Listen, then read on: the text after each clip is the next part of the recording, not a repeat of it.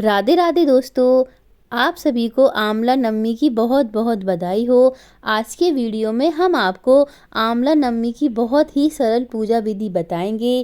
कार्तिक मास के शुक्ल पक्ष की नौमी तिथि को यानी कि जो दिवाली के बाद नौमी तिथि आती है उसे अक्षया नवमी या फिर आंवला नवमी के नाम से जाना जाता है। इस दिन आंवले के पेड़ का पूजन किया जाता है। आंवले के पेड़ में भगवान श्री हरि विष्णु जी का वास होता है और कार्तिक का पूरा महीना ही भगवान विष्णु को समर्पित होता है और ये महीना बहुत ज़्यादा पवित्र भी माना जाता है। तो आंवला नवमी के दिन आंवले के पेड़ का पूजन करना, आंवले का सेवन करना और आंवले का दान करना बहुत ही शुभ माना जाता है। और आंवला नवमी के दिन आंवले के पेड़ के नीचे बैठकर भोजन करने का भी बहुत अधिक फल प्राप्त होता है। तो अगर आप भोजन करते हैं तो बहुत अच्छी बात है। आप कहीं जैसे आंवले का पेड़ कहीं बाहर लगा है तो आप वहां पर भोजन बनाकर ले जाइए और वहां पर आप भोजन भी कर सकते हैं। तो चलिए देख लेते हैं कि आंवला नवमी की पूजा हमें कैसे करनी है। तो इस दिन आप यानी कि आंवला नवमी के दिन आप किसी मंदिर में जाकर जहाँ पर आंवले का पेड़ लगा है वहाँ पर जाकर भी आप वहाँ पर पूजन कर सकते हैं। या फिर आप आंवले के पेड़ अगर आपके घर में किसी गमले में लगा है तो आप घर में भी आंवले का पूजन कर सकते हैं। तो यहाँ पर मैंने गमले में ही आंवले का पेड़ लगा लिया है और यहाँ पर मैं उसका घर पर ही पूजन कर रही हूँ।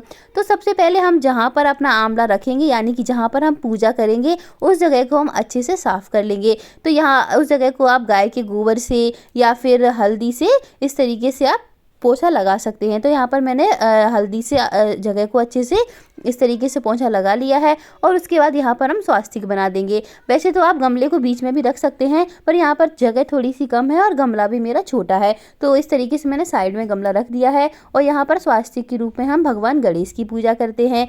और स्वास्तिक बनाने के बाद हम उसमें थोड़ा सा तिल डालेंगे और उसके ऊपर हम यहाँ पर दीपक की स्थापना कर देंगे।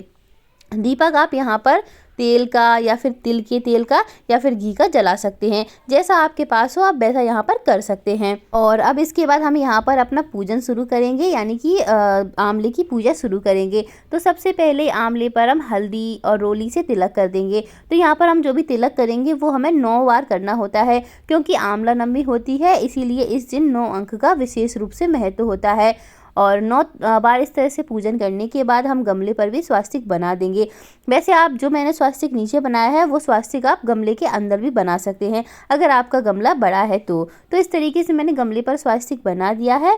और उसके बाद हमारे गमले में जो पेड़ लगा है यानी कि आंवले का जो पेड़ हमने लगाया है उसका भी हम पूजन करेंगे। तो इस तरीके से हम हल्दी और रोली से आंवले के पेड़ का भी हम पूजन कर देंगे। आप यहाँ पर जो भी सुहागिन स्त्रियां हैं वो यहाँ पर चूड़ी बिछिया सारा सुहाग का सामान भी आंवले के पेड़ को अर्पित यहाँ पर कर सकते हैं। तो इस तरीके से हमने आंवले के पेड़ का अक्षत से और रोली से तिलक कर दिया है। इसके बाद यहाँ पर हम जल चढ़ाएंगे।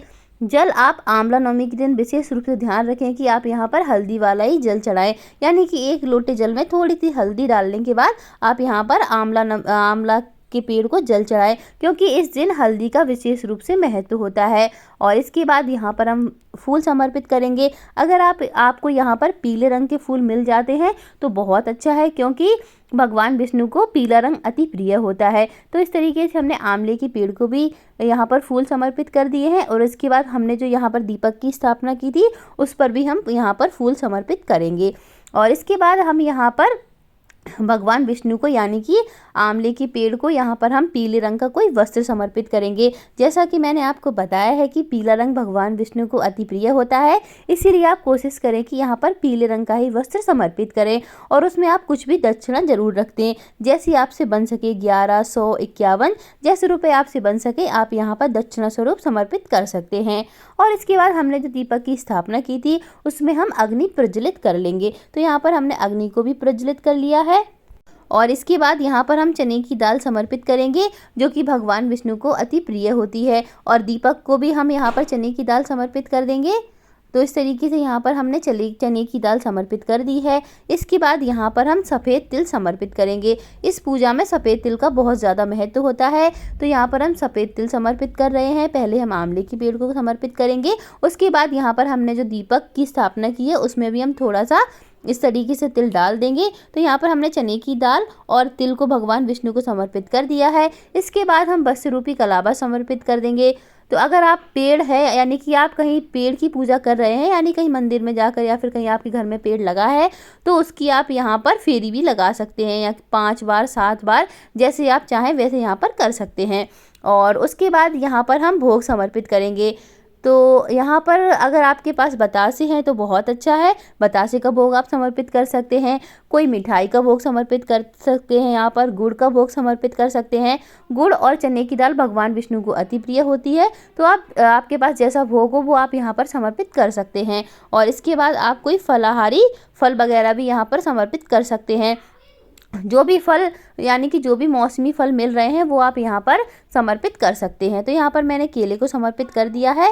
पर ध्यान रखें कि आप जो भी भोग प्रसाद समर्पित कर रहे हैं उसको गमले में ना रखें, क्योंकि गमले में चींटियाँ हो जाती हैं, इसलिए थोड़ा सा रखने के बाद आप इस तरीके से नीचे रख सकते हैं।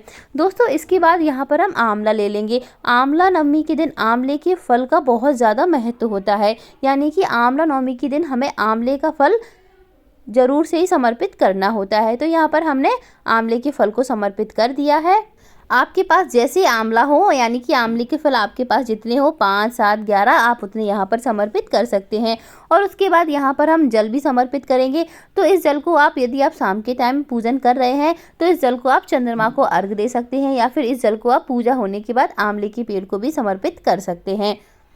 तो अब हमें क्या करना है कि हमने जो आंवले की जो फल लिए हैं उससे हमें यहाँ पर आंवले की पेड़ की परिक्रमा करनी होती है, क्योंकि आंवला नवमी के दिन हमें आंवले की परिक्रमा आवश्यक रूप से करनी ही होती है। यहाँ पर आप 5 7 11 जैसी आप परिक्रमा कर सके वैसी आप यहाँ पर आंवले की पेड़ की परिक्रमा यहाँ पर आप कर सकते हैं। तो यहाँ पर मैंने इस तरीके से हाथ में आंवला लेने के बाद परिक्रमा कर रही हूँ, क्योंकि इससे हमें परिक्रमा करने में आसानी होगी और हमें अच्छे से पता भी चल जाएगा कि हमने कितनी परिक्रमा लगाई हैं। यहाँ पर आप 9 या 11 परिक्रमा आवश्यक रूप से है आपको लगानी चाहिए। उसके बाद अगर आप चाहें तो 21 या 51 परिक्रमा भी आप यहाँ पर लगा सकते हैं। तो यहाँ पर हमने अब आंवले की पेड़ की परिक्रमा कर ली है। अब इसके बाद यहाँ पर हम आंवले के पेड़ का जो है आरती करेंगे। तो आप यहाँ पर भगवान विष्णु की, भगवान गणेश की आप यहाँ पर आरती करें, और आरती आप पूरी श्रद्धा और भावना के साथ करें। और उसके बाद आपसे पूजा में रही गलतियों के लिए भगवान विष्णु से क्षमा याचना जरूर मांगे। जो भी आपसे गलती हुई हो उसकी आप यहाँ पर क्षमा प्रार्थना भगवान विष्णु से आवश्यक रूप से मांगे। उनकी आप अच्छे से चरण स्पर्श करें, और जो भी आपकी मनोकामना है वो यहाँ पर आप भगवान विष्णु से मांग सकते हैं। और पूजा संपन्न होने के बाद आपने जो यहाँ पर जल लिया है उसको आप चंद्रदेव को अर्घ दे सकते हैं, या फिर आप बाद में ये आंवले के पेड़ को भी यहाँ पर समर्पित कर सकते हैं। और उसके बाद आपने जो भी भोग प्रसाद लिया है उसको आप सभी भक्तजनों में, जो भी आपके घर में सदस्य हैं, उनको आप बांट दें। और आपने यहाँ पर जो पीला वस्त्र लिया है वो आप किसी पंडित को दे सकते हैं, जो भी दक्षिणा ली है वो आप किसी यहाँ पंडित को दे सकते हैं, या फिर किसी ज़रूरतमंद व्यक्ति को दे सकते हैं। या फिर आपने यहाँ पर जो भी भोग प्रसाद, जो भी मिठाई वगैरह ली है उसको आप किसी गरीब बच्चे को भी यहाँ पर आप दान कर सकते हैं। तो दोस्तों, ये थी आंवला नवमी से संबंधित बहुत ही सरल पूजा विधि, जिसको मैंने आपको बहुत ही आसान तरीके से बताया है। दोस्तों, जब आपकी पूजा संपन्न हो जाए, पूजा संपन्न होने के बाद आप भगवान विष्णु, भगवान गणेश से पूजा में रही गलतियों के लिए क्षमा याचना जरूर मांग ले। तो ये था आंवला नवमी से संबंधित वीडियो। अगर आपको वीडियोस पसंद आया हो तो प्लीज़ चैनल को सब्सक्राइब और वीडियो को लाइक ज़रूर कर दें। Thank you for watching.